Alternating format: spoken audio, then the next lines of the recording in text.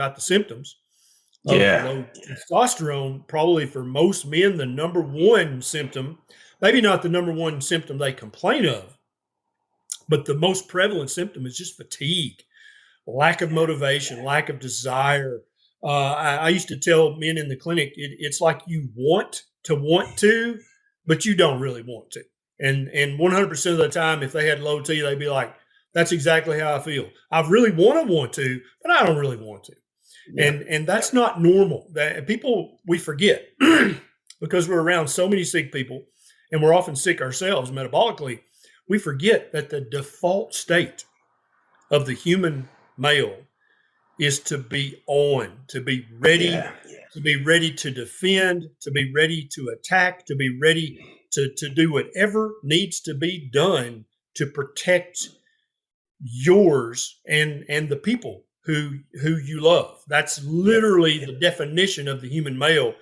You got to understand this is not your fault. You were born into this mess just like me. I'm 50. I've never felt better.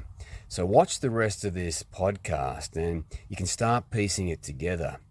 So strap your seatbelts on and check out Dr. Ken Berry and what he's got to say about this. And just see how we go. How does that sound? Sounds great. Let me say, I am a family physician who used to have no luck whatsoever reversing chronic diseases like type 2 diabetes, fatty liver, obesity, low testosterone. And until I basically started studying nutrition on my own. And I didn't discover any of this, but I discovered it for myself that there was such a thing as a paleo diet, a low carb diet, a keto diet, and ultimately a carnivore diet. So I don't have any specialty training in nutrition, but I have made it my life's mission to help people understand that pills and injections and infusions will never reverse your obesity or your insulin resistance or your type 2 diabetes or fatty liver or low testosterone. But you can, in fact, reverse those by improving your diet, by adding the things you need and subtracting the things that harm you. So that's kind of who I am and what I'm doing currently. Excellent, Dr. Ken. I remember when I first learned about you in 2017, I had blood pressure issues, I had metabolic dysfunction, and I didn't even realize that. And the medications that I was on paradoxically brought down testosterone, and I had no clue. Yep. So the way I started to reverse that was to go keto. So how do you implement this into your clinical practice now to reverse insulin resistance, which will bring up testosterone and energy? So it's simple, but as you and I both know, just because something's simple, that does not mean that it's easy for everyone. Some people will find this both simple and easy. Others will find it simple but quite hard. And so the simple steps are step one: remove all sugar from your diet, both added sugar and naturally occurring sugar that occurs in high amounts, like fruit juices, fruit juice smoothies. Number two, eliminate all the grains from your diet, especially wheat, rice, oats, and corn, whether they are ancient grains or modern grains, whether they are GMO or not. They're too high in starch, they're too high in inflammatory phytochemicals. Step number three, remove all industrial vegetable seed oils from your diet, including canola oil, corn oil, soybean, peanut, safflower, sunflower, and several others, but those are by far the most common. Step four, add lots of fatty meat and eggs, including the yolk, to your diet.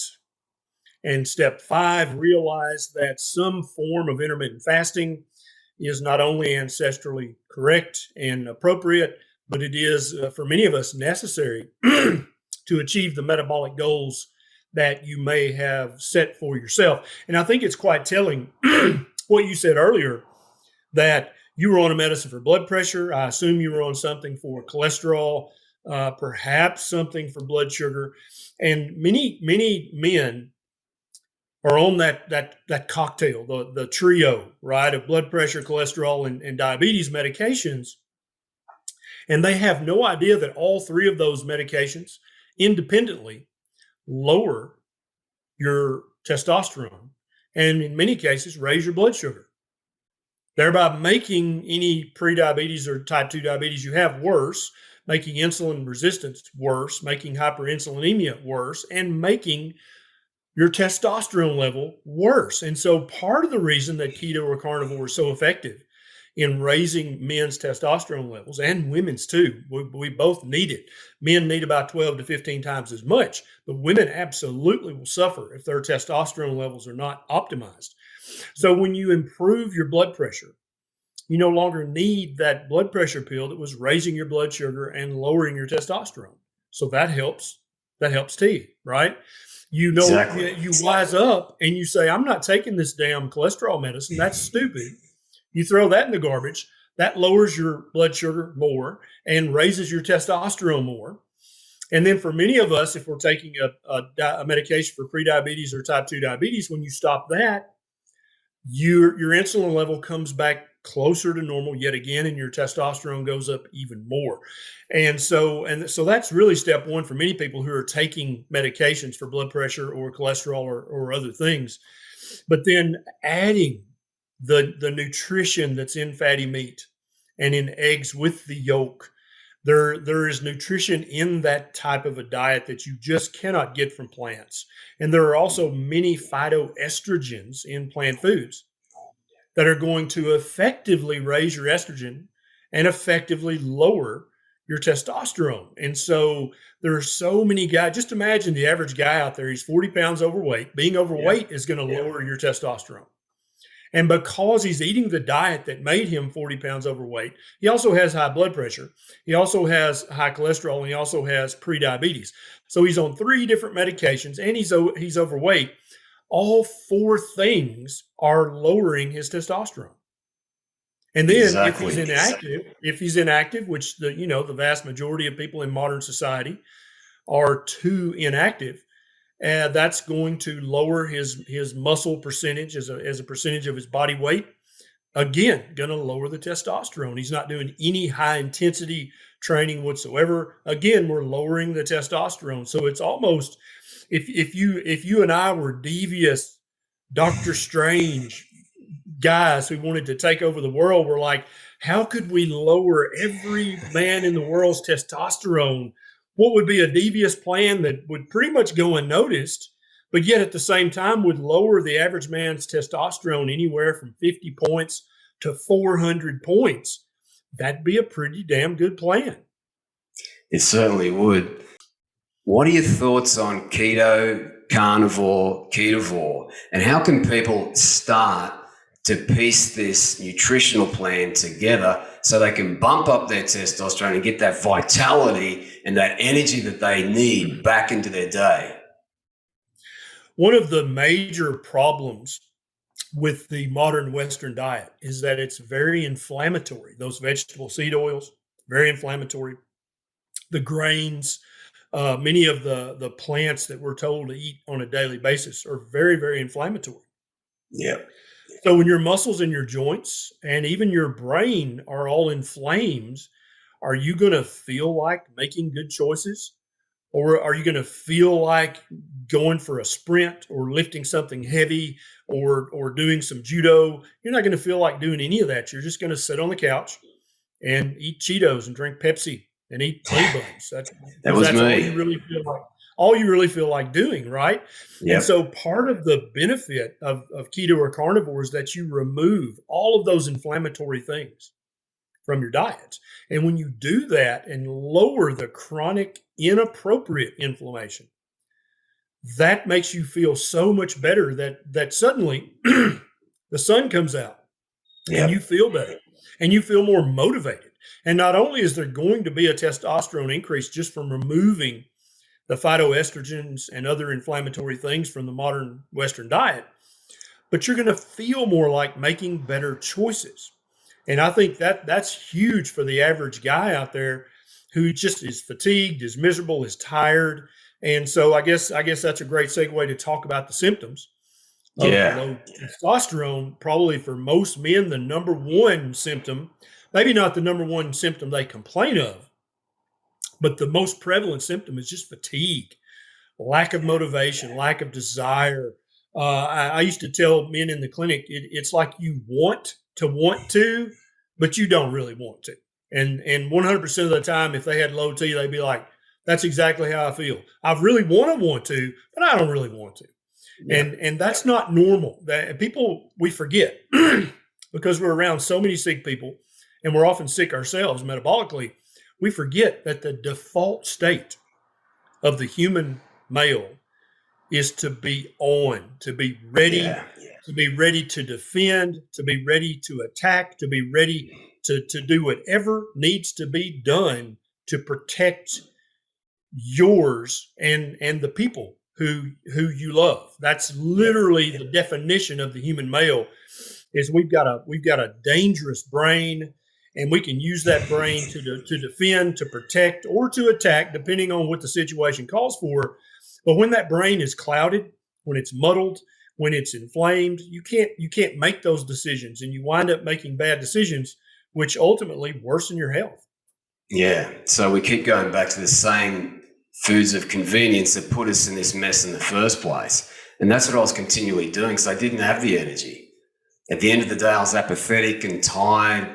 My energy was up and down, struggling to lose body fat. And we just think it's us. We're told by mainstream that as you age, your energy and your testosterone decline. But as, Dr. Anthony J, both of our friends, has shown that men back in the 1940s had an average testosterone over double what it is today for a 50-year-old man my age. So we can get it back. And what we've got to understand first is that insulin resistance is the biggest thing that pulls down testosterone. It keeps it clamped, and that leads to hypogonadism.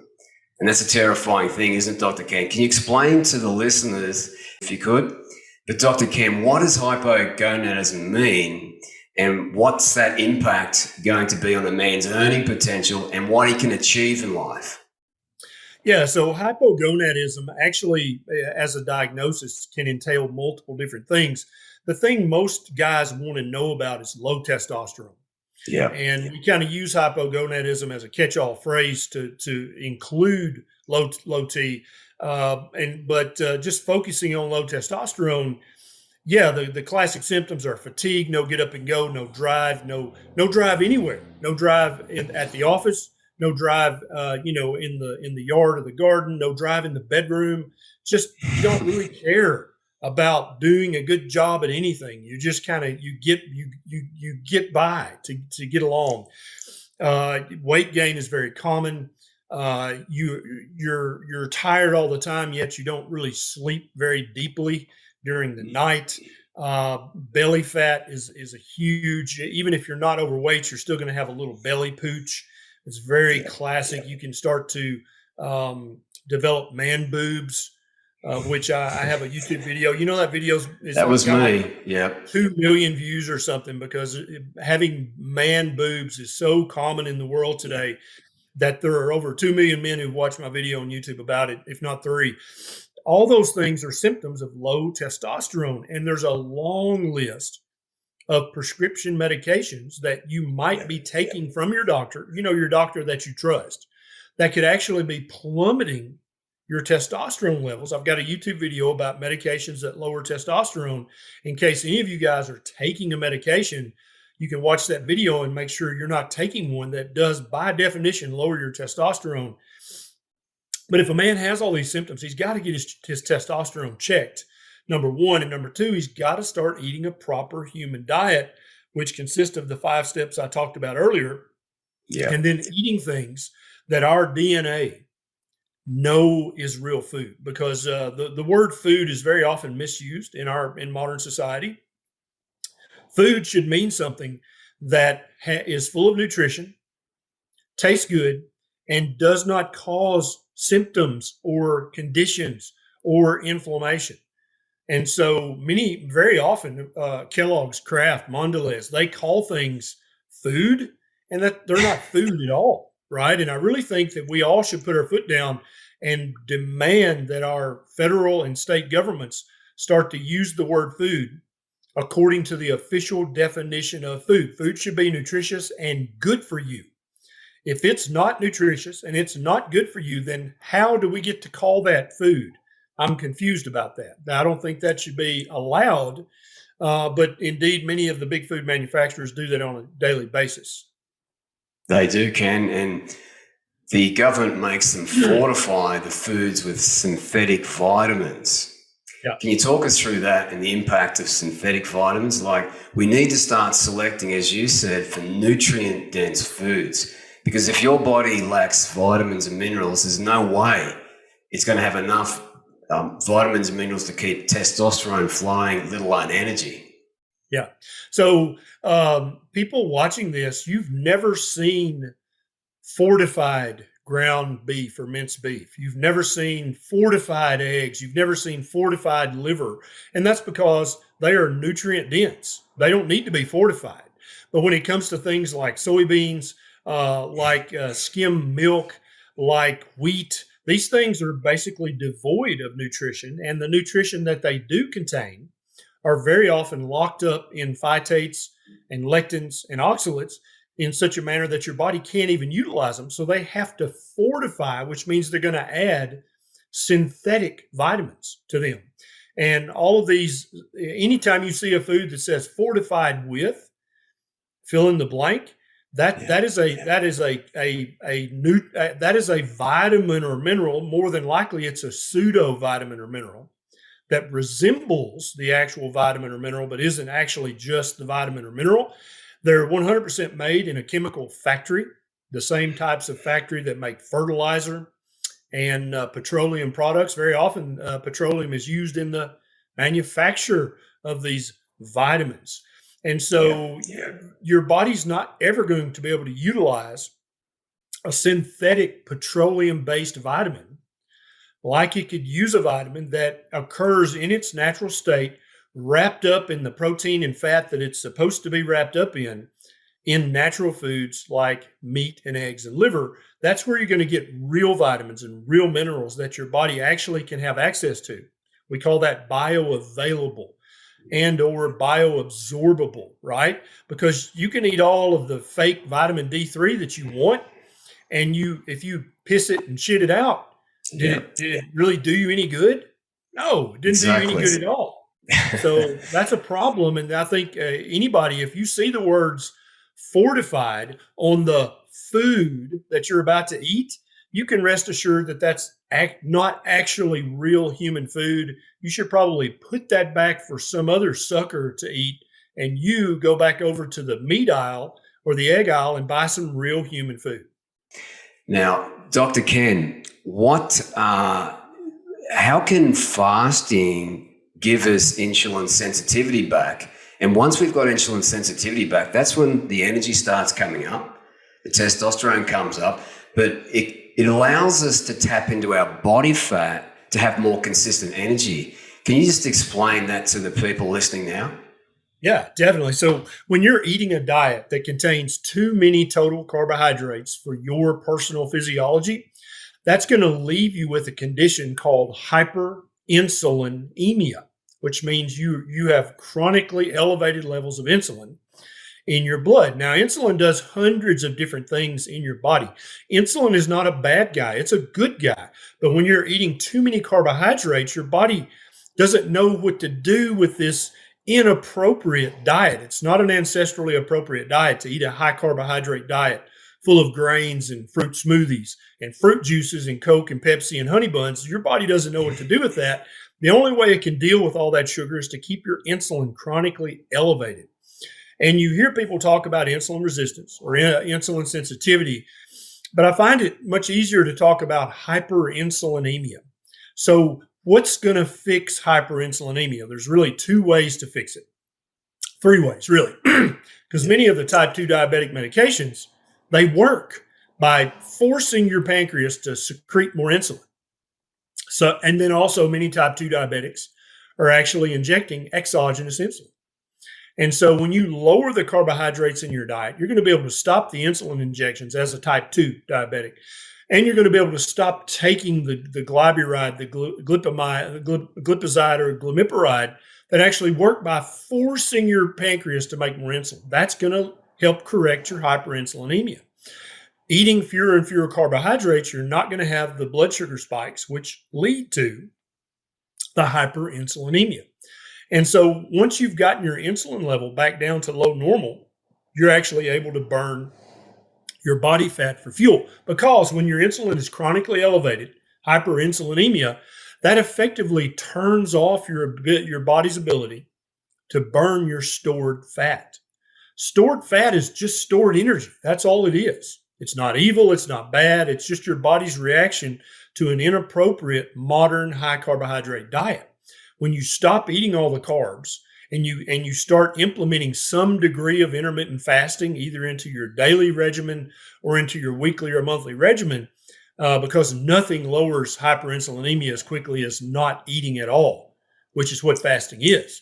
Right. So the combination of a low carbohydrate diet with some degree of daily or weekly intermittent fasting is going to return your chronic hyperinsulinemia back to low normal insulin levels, which is the sweet spot that unlocks your body's ability to burn the stored energy, to burn all that stored fat that you may have around your belly, more dangerously in your liver and pancreas, but then also on your belly, on your booty, on your thighs, wherever you've got excess stored body fat, you can actually burn it if your insulin level is back to low normal. And that's why the combination of a very low carbohydrate diet plus intermittent fasting, nothing gets the insulin back down to low normal quicker than that combination.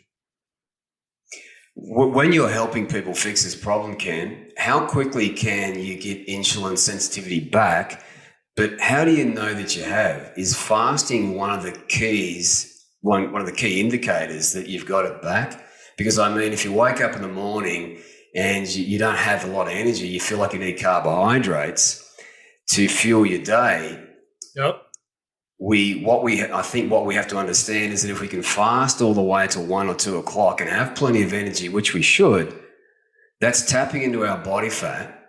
And it's given us insulin sensitivity, and the testosterone and energy are coming back over time. Is that a fair call? Absolutely. I think that's a perfect way to describe this for the layman. When you're having to eat carbs for energy, that is a great proxy marker that you're not in ketosis. And ketosis sounds very sciencey and faddish and like, that sounds weird. But all that means is that your body is burning fat for fuel. And if you're trying to lose weight, that's the only way you're ever going to be able to lose the weight outside of liposuction or plastic surgery is you've got to burn that fat off and you've got to breathe it out. That's the only way that's going to happen. And you can only do that with a low normal insulin level. And you can only get that insulin level by eating a low carbohydrate diet. And then many of us have to do some degree of intermittent fasting. But when you can wake up in the morning and have a cup of coffee or a glass of water and you're not hungry until 1, 2, 3 p.m., that's an excellent sign that you're burning fat for fuel and that you're much less insulin resistant, that you don't have nearly the degree of hyperinsulinemia that you once did. Because when your insulin's chronically high, you're going to have to be eating 3 meals a day with snacks in between, all of them high carb, or you're going to be on the couch asleep. You're just not going to be able to function. And then you think about how we're raising boys these days. If they play soccer or any other sport, they have to have pancakes and syrup and maybe an egg for breakfast or waffles or biscuits or some crap. And then, 2 hours later, we give them some orange slices because we want to keep their energy up, which orange slices, that's just pure sugar and fructose. And then for lunch, they have a sandwich maybe, or they have, bagels. They have some other kind of wheat and carbs and a dessert. And they probably drink a Coke or a Pepsi, or maybe if they're really healthy, a glass of apple juice, which actually has more fructose than the high fructose corn syrup in Coca-Cola or Pepsi. And then they have a snack in mid-afternoon. Then they have another high-carb meal. Then they have another high-carb bedtime snack. We've kept that poor young man's insulin elevated all day long. How are we surprised that there's now Yeah. an obesity epidemic in these young men? How are we Yeah. surprised that there's a low testosterone epidemic? As these boys become men, they don't develop the muscles, they don't develop the height, they don't develop the bone strength, they don't develop the mental maturity that comes from being a high testosterone man. They don't have any of that.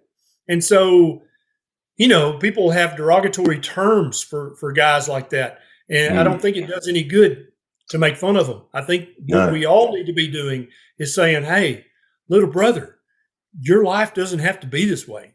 You can actually have a much better, much more fulfilling, much more rewarding life if you put down the jelly beans and put down the gummy bears and put down the sugar filled monster drinks. Let's put all that crap down and let's feed you real meat and real eggs and real human food. And in a few months' time, you're going to feel like the guy that you've always wanted to feel like, but you've never quite felt like that guy. Yeah, that's the key thing. We think it's us. We think it's our genetics. But because we're eating highly inflammatory food, which is chronically keeping testosterone down, we don't even know what real testosterone feels like. But when we get it back up to high optimal levels and critically, consistently, we start to feel better consistently. We want to get out more. And that's when we start to feel the true effects of what optimal testosterone means. And I think what the listeners would also take away from this is, what are the signs of insulin being too high too long? Skin tags. I know Dr. Benjamin Bickman, he's a pretty smart dude when it comes to insulin, and you've spoken to him several times. So what are the signs of insulin resistance? So there's actually a long list of signs. We'll start with the skin signs. So if you've got more than just a few very tiny skin tags, then you almost certainly have hyperinsulinemia. If you have dark patches of skin around your neck and your armpits and your groin called acanthosis nigricans, then you 100% have hyperinsulinemia.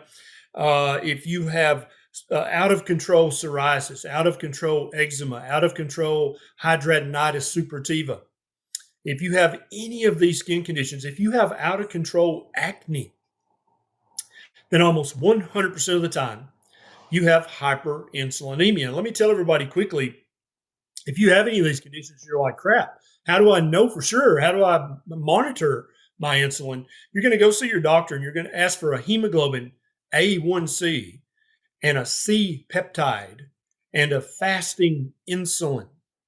And you're also going to ask for a lipid panel so you can see your triglycerides and your HDL cholesterol. Those are the 5 markers that you're going to watch, that you're going to monitor. They're going to tell you how bad your hyperinsulinemia or your insulin resistance is. They're going to tell you if you're pre-diabetic or if you're type 2 diabetic, because Mark, you know this, but many of the listeners may not know, there are millions of men around the world, millions who are either pre-diabetic or type 2 diabetic, and they have no idea. Literally do not know this, even though they're damaging every tiny artery in their body. They're increasing their risk of erectile dysfunction, of heart attack, of stroke, of blindness, of every organ in their body shutting down and ceasing to function. But since their doctor says, well, you're relatively skinny, Mark, you've got a little belly pooch, but that's it. No big deal. We're not going to check any blood work on you. And you feel like shit. You got no energy. You got no get up and go. You're gaining weight. You feel like crap. But your doc says, well, you're skinny, therefore you're healthy, and they send you on your way.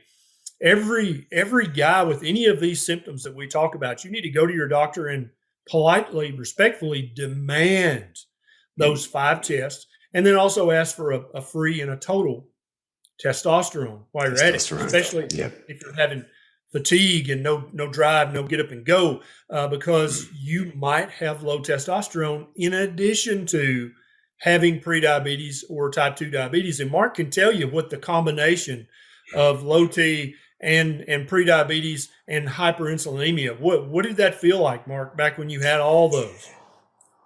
You wake up in the morning like a good soldier and you try and force your way through the day. All the while, you're secretly thinking, I'm never going to get there.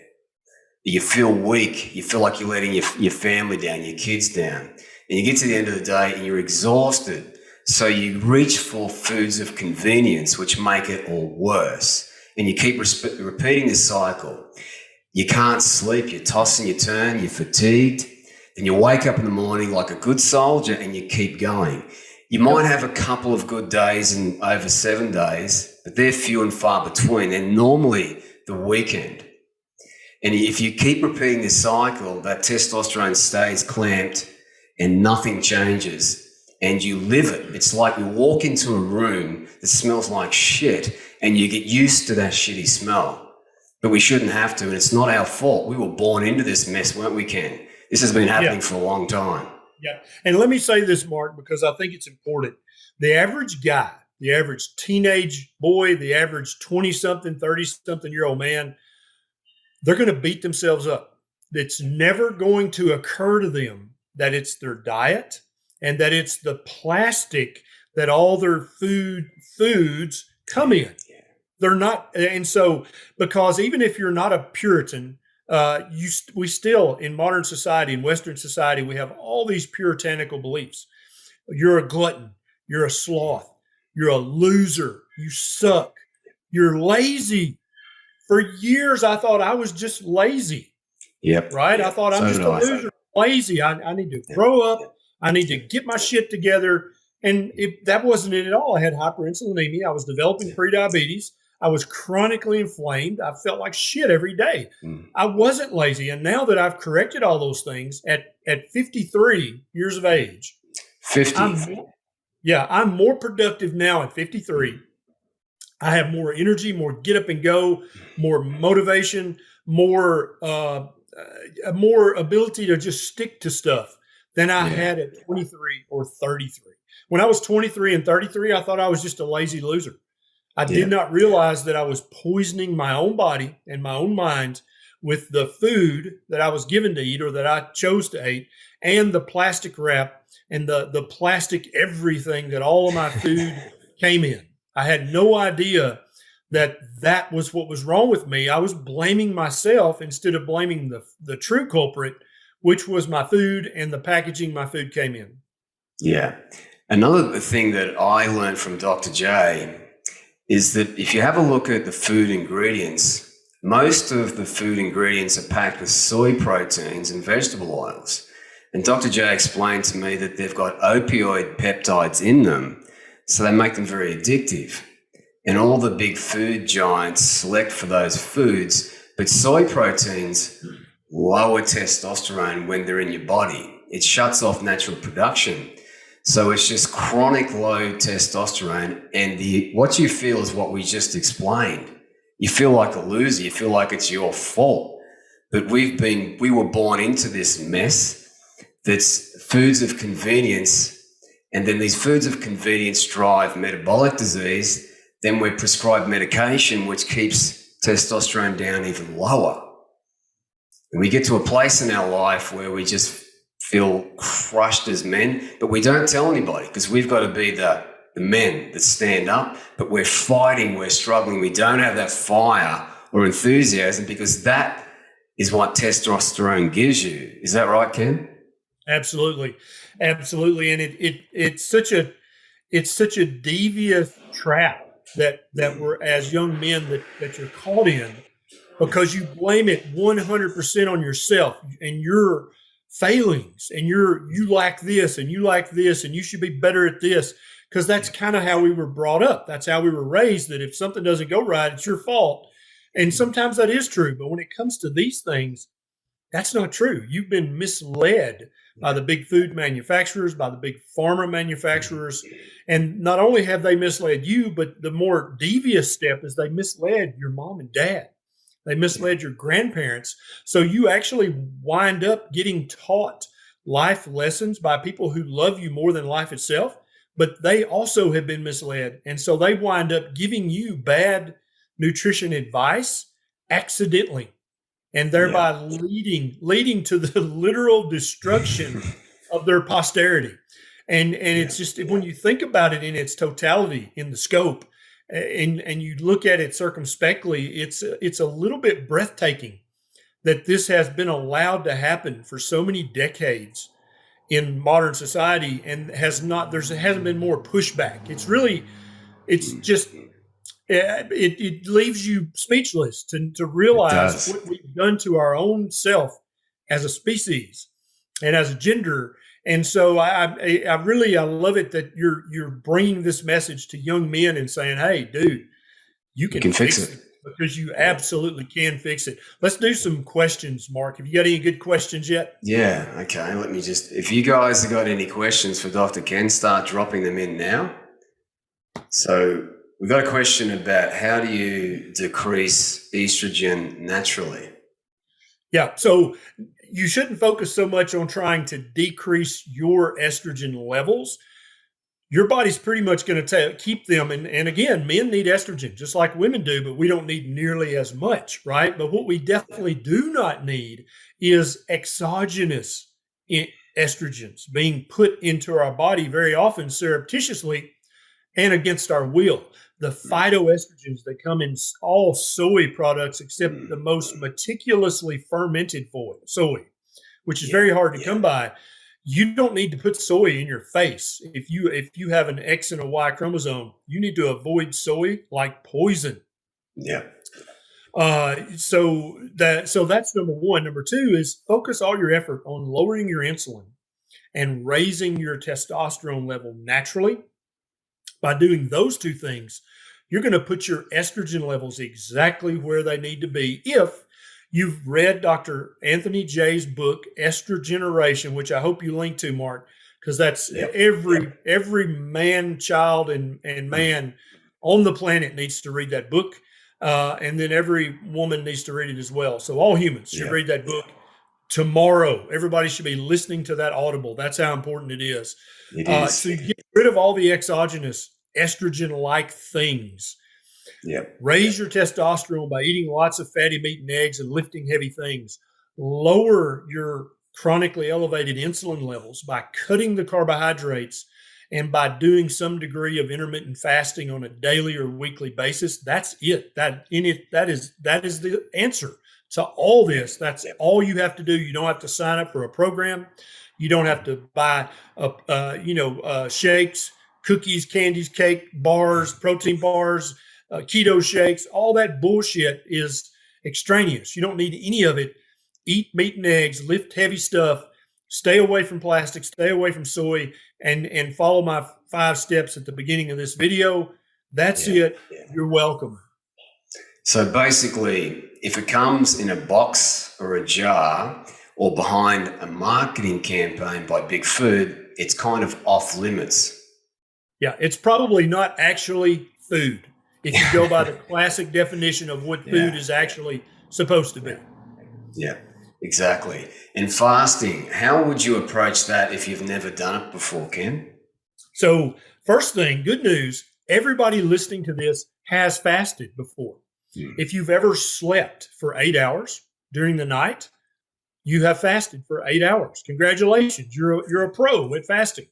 All you have to do when you wake up is tack another hour or two onto that fast. And then before you go to bed, stop eating 1 or 2 hours before you go to bed. Now you're doing a 12-hour fast. Wow, you're Yeah. almost a professional at this, right? And now And as you burning lower body the fat. as you lower the carbohydrate intake you eat daily and you increase the amount of healthy fat and healthy protein that you get from fatty meat and eggs, you're going to be satiated so thoroughly. You're not going to be hungry all the time. So that when you wake up after your 8 hour sleep, you're going to be able to go 4 or even 6 hours before you break that fast and eat your first meal. And then maybe you just eat one big meal a day. And so then now you're technically fasting 22 hours every day. Or even if you Yeah. keep eating 2 meals a day, you're going to be fasting 18 hours every single day. Yeah. That's going to lower that insulin. You're going to start to burn fat like crazy. You're going to start noticing that your testosterone levels are rising back to normal. And they may not go all the way back up to an optimal level, but they are going to go up somewhere between 50 and 400 points. And you're going to feel that, my friend. I promise you, you're going to feel that. And if you've got someone in your life that you're intimate with, they're going to feel it too. Exactly, Ken. When I first started doing this fasting, I started to go to 1 o'clock, then I went to 2 and 3. Yep. I went to 4 and 5, and I just ripped off the body fat, and I felt amazing. And it was so much, it felt so powerful to be able to do that. So food didn't have control over me, and I wasn't hungry. I was burning through body fat. That was fueling my brain to do better work, because I found in a nutritional state of ketosis that you have more focus, you have more clarity, and your brain is calmer. Absolutely. And I think that's one of the benefits of ketosis. Is that right, Ken? Absolutely, 100% exactly right. And for those watching who don't know, I have hundreds of videos on my YouTube channel about the ketogenic diet, about getting into and staying into ketosis, about the carnivore diet, which is also a ketogenic diet. You're going to be in ketosis the majority of the time if you're eating a fatty meat carnivore diet. And I think it always helps people to know, like, okay, dude, you're running your mouth a lot, but what did you actually do today? So I got up this morning about 7 a.m. I've been working out on we have a ranch / farm. We have sheep, we have chickens, turkey. We're going to be getting some cattle and pigs. We grow all kinds of food here. And so I came in about 3 p.m. and I broke my fast with a pound of minced beef. I think that's what you guys call it, right? A pound of beef bacon and five egg yolks, or 5 eggs, of which I'd thrown away the whites of 3 of them.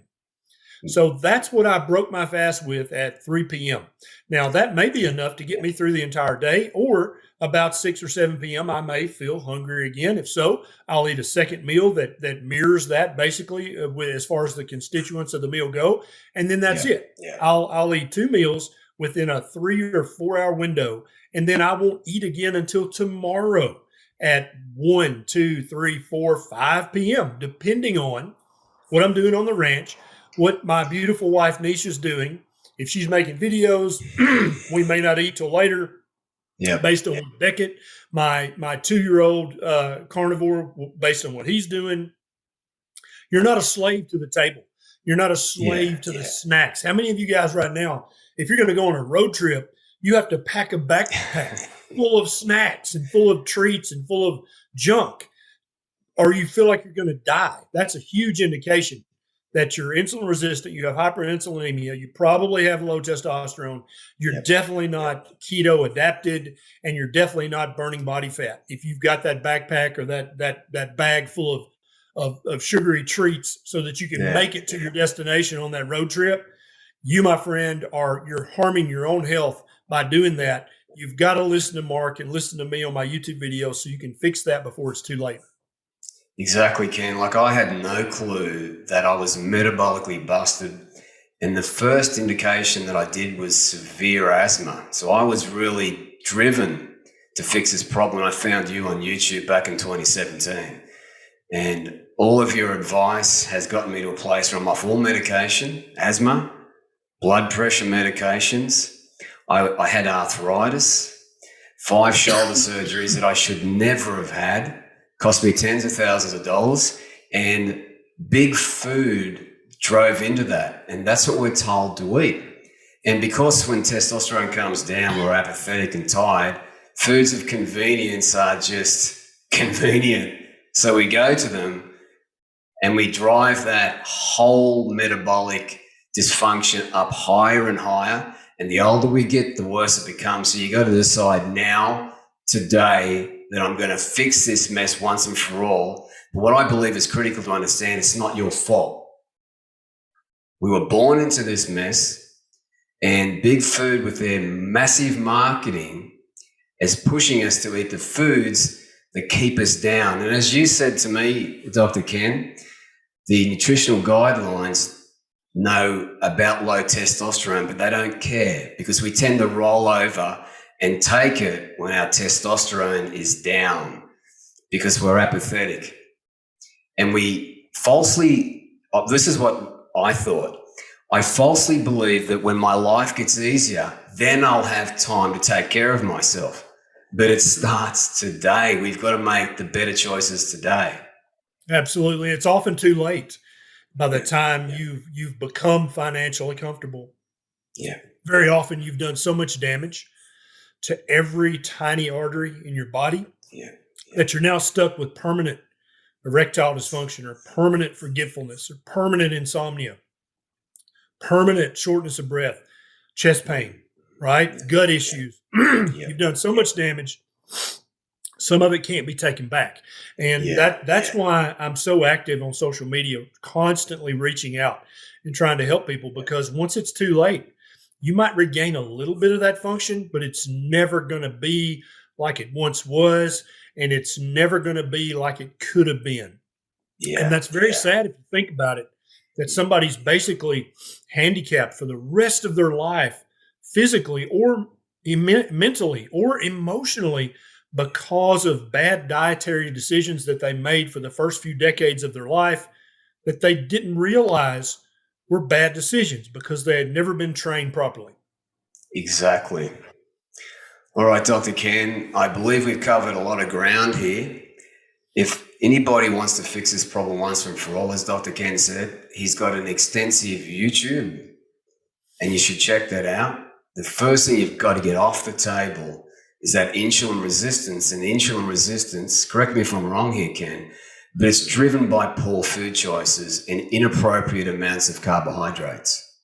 Yeah, 999,999 people with hyperinsulinemia, it's going to be because of the high carbohydrate junk food that they eat. Yep, One person out of a million is going to have an insulinoma, which any good doctor should be able to tease out and yeah, diagnose yeah, and get you to the proper specialist. But the vast majority of people, the reason they have hyperinsulinemia is because they eat too many highly processed, stupid, empty carbohydrates in their daily diet. And the less of that you do, the healthier you're going to be. and tack onto that fasting and just edge it towards 1, 2 o'clock. And if you can go longer and you feel good, have at it. You're going to rip off more body fat. Your energy's going to come up. You're going to feel like a man, the man that you were born to be. Like I'm Absolutely. 50, and because of your help and Dr. Anthony J's, I've never felt better. And I can definitely say the last time I felt like this was when I was 16, 17. Yep. And that's a And so significant difference in age. part of the beauty of this, Mark, is that you at 50 and me at 52, we get that same energy and vitality and Yeah, motivation you that we better had as believe it. teenagers. But we Yeah, also have the wisdom that we've gained over these 5 decades. So we don't yeah, make the idiotic decisions that we made as teenage boys. yeah, Now we can actually have all that energy and positive things, but also have the wisdom to meter it and to use it productively and to put it to its best use. It's really just the best of both worlds. And I want to thank you very much for the work that you do on TikTok and other social media. There are so many young boys and young men out there suffering, and I really I applaud you for the work that you're doing. To all you're doing, sharing your story. Man, we've got to get our testosterone back, and we can if we haven't left it too late. As Ken spoke about earlier, it's doing its damage. The blood glucose is too high. We've got insulin resistance. It's a mess. But as you can see here, testosterone is a status hormone. I learned this from Professor Sapolsky. It helps us do whatever it takes with a grin on our face to get to the next level of our life. Lowers fear and anxiety, increases courage, confidence, and optimism. Muscle and bone strength, it makes effort feel good. And as I learned from Dr. J, ever since the 1940s, testosterone has been on the decline. And Dr. J said to me, and I'll actually play this for you. This is when I first spoke to Dr. J. And when he said these words, I paid attention. Why? This man did a 5-year PhD on sex hormones and cholesterol. And this is what he said. And my age, I'm 49, so I guess mine should be around about 800 if I'm correct. Yeah, the most doctor, if you get below 500, I think it's a big problem. Better fix it, like immediately. Okay, so as Dr. Ken said, if you haven't left this too late, you can fix this. I'm 50 in a few weeks and I've never felt better. And this research paper here, speaks volumes. As Dr. J said, it's been coming down and down and down, but it was a big shift downwards here, 87 to 89. We're still at the 550, okay? So keep that locked in. Now, 2002, 2004, it's come down below that 400. So 1990, as you can see here from the percentage of obese adults in America, we're still relatively lean. However, it's a completely different picture over here. So you can fix this. And, it's not like the scientists aren't speaking about this. If you go to PubMed and do a quick search on screen there, sexual and non-sexual symptoms of testosterone deficiency can negatively affect the quality of life and cause considerable general health concerns. More research, erectile dysfunction, metabolic syndrome, type 2 diabetes, insulin resistance. And the biggest problem that I learned is you don't even know it's happening. It's happening now. So how do you know? How do you feel? Is your energy up and down? Do you struggle to get lean? That was me for a long time. And it gets worse because, as you can see here, I'll just bring this to screen and make it quite large. Hypogonadism, adverse effects of low testosterone. The meat and 2 veg atrophy and get smaller. And this isn't your fault. We were born into this mess.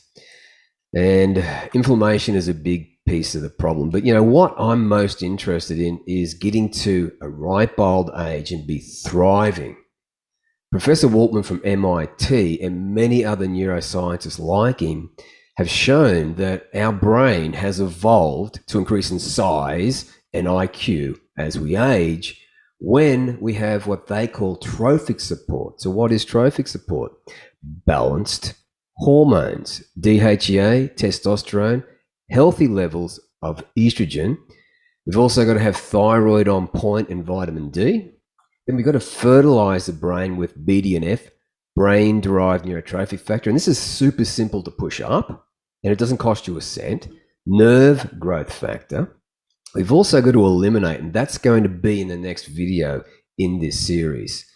And we've got to optimize the most important hormonal system in our body. So we've got 5 hormonal systems: the eicosanoids, endocannabinoids, we've got the sex hormones, we've got amines, we've got glycoproteins, we've got a whole host of hormonal systems. And once we optimize what you see on screen there, that's when we can bring up our energy consistently and bring up our testosterone and thrive. Now, for me, this is where I was in 2019. So 2018 is when I got my life back, my energy stabilized, but I wasn't quite there yet. Now, I've worked with 3 professional bodybuilders and I know how to pack on the muscle and stay lean, and that's the best that I could do. Why is that? Well, I was still doing a ketogenic diet, and that's not ideal for me. So keto is great to heal, but it's not going to get you those results. So the difference between that and this is very simple. What you see here, my testosterone was below that magic 500. And I started working with Dr. J, did the PhD on hormones. And within 3 months, when I started working with him, I got to that place. And I'm not counting calories. So what I like to think about is, what do you want to achieve in life? Whatever it is, in the gym, in the boardroom, wherever it is, what's the likelihood of you getting there with a grin on your face and being happy? That's what it's about, the journey in life, having that fire inside you, but the right kind. Not angry fire, like you're pissed off all the time. Fire like enthusiasm. Well, testosterone is going to help you with that. So to get that lean muscular body, what's going to get you there the fastest? Testosterone. What's going to make effort feel good? What's going to lower fear and anxiety so you can charge at life? Testosterone is a big player in that. Now, certainly mindset comes into it, so that's the next step. But once you get your hormones balanced, it makes that so much easier. So in the next video series, what we're going to go over, I think my computer's slowing up here, is everything that inhibits testosterone. And a lot of it's what you see on screen there. But we've also got another problem, us men, which is the conversion of testosterone to estrogen. And there are 5 things that I've learned that do that. And that's for the next video. So if you like these videos, join the conversation below. And in the next video, in a few days from now, we're going to go over the elimination plan. As Dr. Ken said, we've got to eliminate shit that's causing stress in our body. And we've got to get the hormones balanced. And the very first thing we have to do is get insulin sensitivity back. Right, that's going to start unclamping your energy and start pushing testosterone up. Now, it's not going to be a fucking cakewalk. It's going to take a big lifestyle change. It's not going to be easy. It's going to be hard. And the older you are, the harder it's going to be. But once you get it back, you've got it back. So on the next video, we're going to go over that elimination plan. And we want to get you to this place. So, you're increasing the likelihood of achieving whatever the hell you want to achieve in life. And that's what it comes down to. We've been denied for the longest time, us men. And it's time to get our energy, our fire, and testosterone back in the game so you can be back in the game. My name is Mark Guyon, and I'm hungry for life. I want men to know that they can get their energy and their life back. It is difficult to start. The steps are simple, but they're hard. And that's why I needed help from several mentors. And I want to show you and pave the way for you to get to that place.